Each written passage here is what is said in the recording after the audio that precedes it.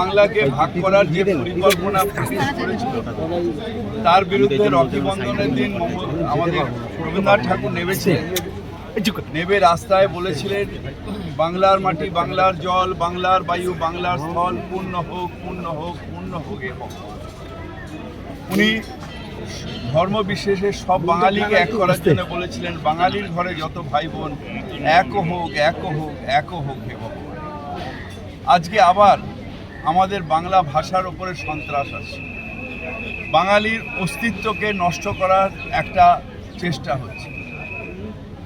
আজকে নিশ্চিতভাবে আমাদের সেই ব্যথা, বঙ্গভঙ্গের সেই ব্যথা, যেটা রবীন্দ্রনাথ ঠাকুর তার হৃদয়ে নিয়ে এই 22শে শ্রাবণ আমাদের ছেড়ে চলে গেছে, সেই ব্যথা আবার উস্কে দেওয়ার চেষ্টা হচ্ছে। আমাদের বাংলাদেশি, আমাদের ভাষাকে বাংলাদেশি ভাষা, আমাদের ভাষা বাংলাদেশি ভাষা নয়, আমরা ভারতের একটা অবিচ্ছিন্ন অঙ্গ। এবং এই ভাষা ভারতের কনস্টিটিউশনে স্বীকৃতি দিয়েছে। আমি ধন্যবাদ জানাই আমাদের মুখ্যমন্ত্রী মমতা বন্দ্যোপাধ্যায়কে, তিনি গর্জে উঠেছেন এর প্রতিবাদে।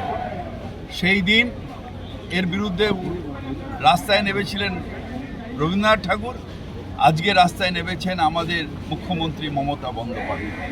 আমাদের যত বাঙালি সবাইকে এর প্রতিবাদ করতে হবে যে আমাদের ভাষাকে অপমান করা চলবে না, আমাদের বাংলার মানুষের ওপর অত্যাচার চলবে না। আমরা যারা বাংলায় থাকি আমরা সবাই বাঙালি, আমরা সব ভাষাকে সম্মান করি, আমরা সব ভাষাকে সম্মান করি, সব ভাষাকে আমাদের ভারতের ভাষা ভাবি। তাই 1.5 কোটি মানে যারা অন্য ভাষায় কথা বলেন 1.5 কোটি মানুষ এখানে থাকে, তারাও আমাদের বাংলার মানুষ।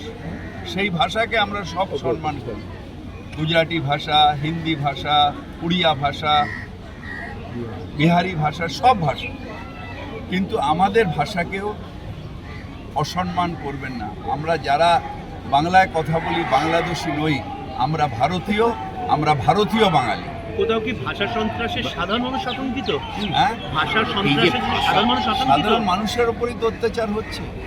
যারা গরিব মানুষ, যারা শ্রমিক, যারা আপনারা নিয়ে গেছেন আপনাদের ওখানে কাজের জন্য, তাদের উপর অত্যাচার করে কারো পা ভেঙে দিচ্ছেন, কারো হাত ভেঙে দিচ্ছেন, কেউকে ডিটেনশন ক্যাম্পে ঢোকাচ্ছেন, কাউকে ধাক্কা মেরে বাংলাদেশে পাঠিয়ে দিচ্ছেন।